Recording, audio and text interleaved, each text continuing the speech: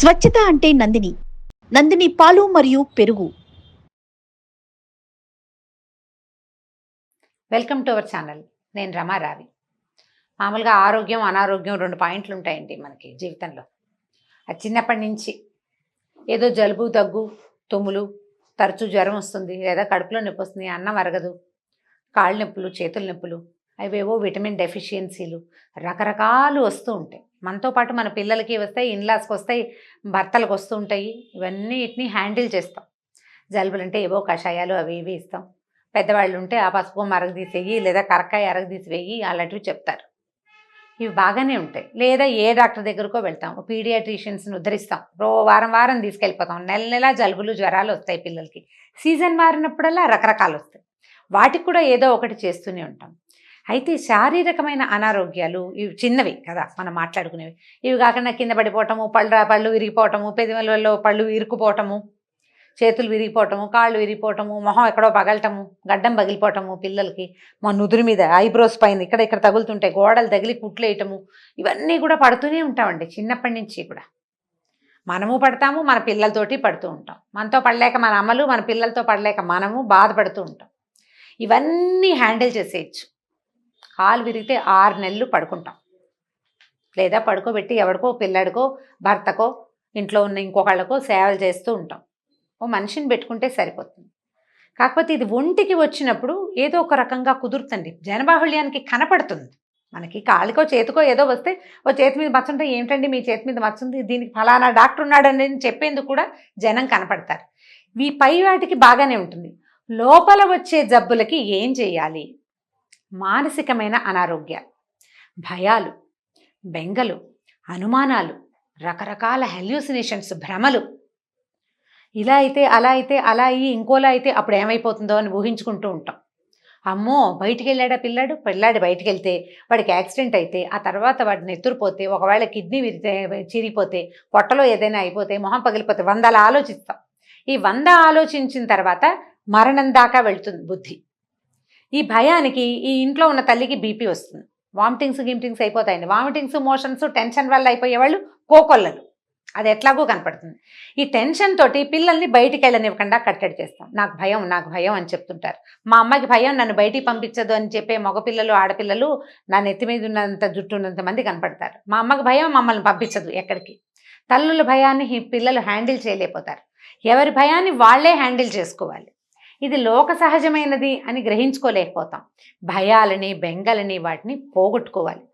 వీటితో పాటు ఇప్పుడు కొత్తగా కనపడుతున్న జాడ్యం ఏంటంటే హెల్యూసినేషన్స్, భ్రమలు. వేరే ఏదో లోకం వచ్చేస్తుందని, వేరే ఎవరో దిగొచ్చేస్తారని, ఏదో అవుతుందని ఊహించుకుంటూ ఉండటం. ఇప్పుడు లోక సహజంగా లేని ఒక విచిత్రమైన ఆలోచనలు మనకు వస్తూ ఉంటే ఇది సహజం కాదని గుర్తెరగాలి ముందు మనం. ఇవి మనకి ఏ సమయంలో వస్తున్నాయి, నేను ఎక్కువగా ఎప్పుడు భయపడుతున్నాను, ఎందుకు భయపడుతున్నాను, ఈ 2 ప్రతి స్త్రీ ఆలోచించుకోవాలి మొదట. ఇదండి చిన్నపిల్లల భయాలు కాదు, పీరియడ్స్ స్టార్ట్ అయిన దగ్గర నుంచి, అంటే మెచ్యూర్ అయిన దగ్గర నుంచి అలాంటి సమయాల్లో భయపడతారు కొంతమంది ఆడపిల్లలు. భయాలు వస్తాయి. ఎవరైనా అన్నెసెసరీగా అంటే అబ్యూజ్ చేసిన ఆ భయాలు కూడా పోవు, ఎప్పటికీ జీవితాంతం బాధిస్తూనే ఉంటుంది అది. వాటిని పిల్లల దగ్గర కనుక అలాంటి భయాల్ని మనం చూస్తే వాటిని మాట్లాడిచ్చి పోగొట్టాలి. పిల్లలు ఎవరినైనా చూసి భయపడుతుంటే అది శాశ్వతమైన భయంగా ఉండిపోతుంది. కాబట్టి ఆ భయాన్ని పోగొట్టడానికి తల్లులు, ఇంట్లో ఉండే మేనత్తలు, పిన్నులు ఎవరైనా ఉంటే కజిన్స్, వాళ్ళు ట్రై చేసి పోగొట్టాలి. టీచర్స్ కూడా కొంచెం ముందుకు వేయాలండి ఈ విషయంలో. ఒక పిల్ల ఎంతసేపు భయపడుతుంది, సమాధానం చెప్పదు, తలకాయ దించుకుంటుంది, యాక్టివ్గా ఉండదు. అంతకుముందు బాగానే ఉండేది, సడన్గా మెతగ్గా అయిపోయింది. ఎందుకు అయిపోతుంది పిల్ల? ఏమైంది? దీని లైఫ్లో వచ్చిన మార్పు ఏంటి?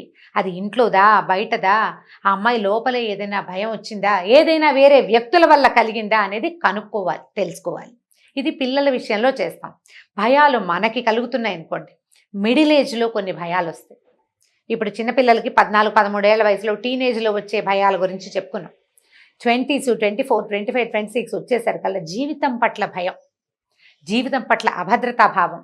ఉద్యోగం రాలేదు, నా చదువుకు తగిన ఉద్యోగం రాలేదు, భర్త ఎట్లాంటి వాళ్ళు వస్తారో, వాళ్ళు ఎవరి మొగుడో తంతట, మన మొగుడు ఎలా ఉంటాడో అని మగవాళ్ళని నమ్మకపోవటం, ఈ భయాలు. ఇవి కూడా వీటన్నిటికీ ఏంటంటే మాట్లాడి తెలుసుకోవాలి. ఇప్పుడు మనకి భయం ఉందనుకోండి, ఈ మామూలుగా అంటే మన భయాల్ని కొట్టిపారేసే వాళ్ళు కాక కొంచెం తర్కంతో ఆలోచించి సమాధానం చెప్పగలిగే వ్యక్తుల్ని ఎన్నుకోవాలి. మన చుట్టుపక్కల ఉన్న సమాజంలోనే గ్యారంటీగా ఉంటారండి. మన అమ్మకి తెలీదు, మన నాయనమ్మకి తెలిసి ఉండొచ్చు, మన మేనత్తకో మన పక్కింటి ఆంటీకో ఖచ్చితంగా తెలుస్తుంది. మనం వ్యక్తుల్ని చూస్తూ ఉంటాం కదా, వీళ్ళు మనకంటే తెలివైన వాళ్ళు, వీళ్ళు మాట్లాడితే మనకి భరోసాగా ఉంటుంది అని అనిపించిన వాళ్ళతోటి భయాన్ని వ్యక్తపరచండి. ఆ లోపల ఉన్న భయము చిన్న చుక్కగా స్టార్ట్ అయ్యి పెద్ద గొయ్యిలా మారి చివరికి నుయ్యి అయిపోతుంది. అది దాంట్లోకి దిగిపోవటమే, ఎప్పుడు ఉండదమ్మా, దిగడమే ఉంటుంది. దిగుడు బావులు అంటారు వాటిని. దిగుతారు, ఎక్కలేరు. ఆ మెట్లు పైకెక్కటానికి పనికిరావు. ఎప్పుడు నూతుల్లోకి దిక్కకూడదు. ఆ నుయ్యి మన మనసులో ఏర్పరచుకోకూడదు. ఏర్పడుతున్నటువంటి చిన్న బిందువుని బిందు ప్రమాణంలోనే పోగొట్టుకోవాలి. ఇవి కాకుండా మిడిల్ ఏజ్ భయాలు, పిల్లల సెటిల్మెంట్ల పట్ల, పిల్లల పెళ్ళిళ్ళ పట్ల భయాలు రకరకాలు. పిల్లలు రేపొద్దున నాతో సరిగ్గా ఉంటారో ఉండరో, పక్కింటి పిల్లవాడు వాళ్ళ అమ్మని సరిగ్గా చూడలేదు, వదిలేసి వెళ్ళిపోయాడు, వీళ్ళకి ఏమి డబ్బంపించడు, వాళ్ళని చూడ్డు, ఆవిడకి అనారోగ్యం వచ్చినా నేనే దిక్కు, నా పిల్లాడు ఏం చేస్తాడో అని ఉన్న పిల్లాడి పట్లే భయంగా ఉంటుంటుంది. లోక సహజంగా అలా ఎప్పుడూ జరగదండి, ఎవరి జీవితం వాళ్ళది. ఇలాంటి భయాన్ని కూడా ఎక్స్ప్రెస్ చేయాలి.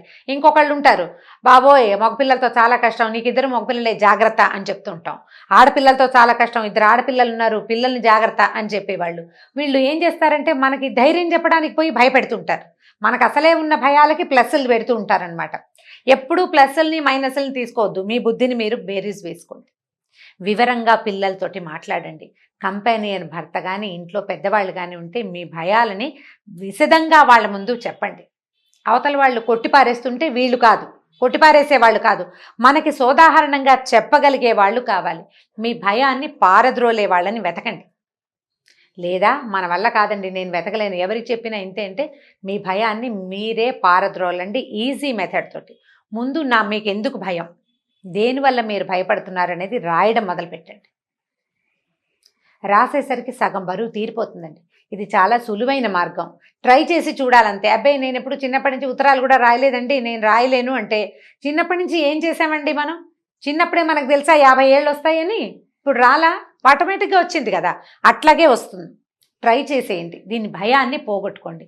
తర్వాత ఈ మిడిల్ ఏజ్తో పాటు మెనోపాజ్ వచ్చేసరికల్లా కొత్త భయాలు వస్తాయండి. దీంతోపాటు డెలివరీ అయినప్పుడు కూడా కొన్ని భయాలు వస్తాయి. కొంతమందికి పిల్లల్ని ఎత్తుకుంటే పడేస్తామని భయంగా ఉంటుంది, మేడం ఎట్లెక్కుతుంటే పడిపోతామనిపిస్తుంది, ఎక్కడైనా బాల్కనీస్లోకి వెళ్తే నేను పిల్లాడు ఇద్దరం పడిపోతామనిపించేస్తుంది. డెలివరీలప్పుడు ఒక అదటుకి గురైనప్పుడు వస్తాయి. ఇలాంటి భయాలుంటే డాక్టర్స్ దగ్గర కానీ, సైకాలజిస్టుల దగ్గర కానీ, థెరపిస్టుల దగ్గర కానీ, లేదా అత్తయ్యల దగ్గర కానీ ఎక్స్ప్రెస్ చేసి భయాన్ని పోగొట్టుకోండి. మానసికమైన ఆరోగ్యం చాలా ముఖ్యమైనది జీవితానికి. శారీరక అనారోగ్యానికి డాక్టర్లు దొరుకుతారు. మానసిక అనారోగ్యం ముందు అసలు అది మనకి జబ్బు, మనం ప్రాబ్లంలో ఉన్నామని తెలుసుకోవాలి. మనం అది తెలియజేయండి ఎవరికైనా. మీకు ఇలాంటి సమస్యలు ఉంటే వాటిని డాక్టర్ దగ్గరికి వెళ్ళి, ఒక సైకియాట్రిస్ట్ దగ్గరికి, సైకాలజిస్ట్ దగ్గరికి వెళ్ళటం ఏమీ తప్పు కాదమ్మా. అదేదో పిచ్చివాళ్లే వెళ్తారు లాంటి భ్రమల్లో ఉండకండి. అది చాలా వెనకబడిన ఆలోచన. మనకి లోపల ఒక సమస్య ఉంటే, ఒక ముళ్ళు మనసులో ఉంటే దాన్ని మొత్తం ముళ్ళుని తీయలేకపోతే ముక్కలు చేసైనా బయటికి తీసేయాలి.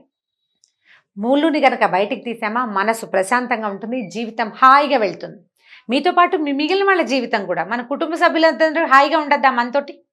మనం ఒకళ్ళం హాయిగా ఉండాలి, ఒకటి వాళ్ళు కూడా హాయిగా ఉండాలి కదా, వాళ్ళు మనని భరించాల్సి వస్తారు మన భయాలతో పాటు. కాబట్టి ఇలా ఆలోచించండి. ఏ రకమైన మనసులో భయాలు బెంగలు ఉన్నా వాటిని ఎక్స్ప్రెస్ చేసి బయటికి వెడలగక్కి భయాన్ని పోగొట్టుకోండి. లోపల దాచిపెట్టుకుని అది అలా ఉంచి నూతులుగా చేయబోకండి. జాగ్రత్త పడండి.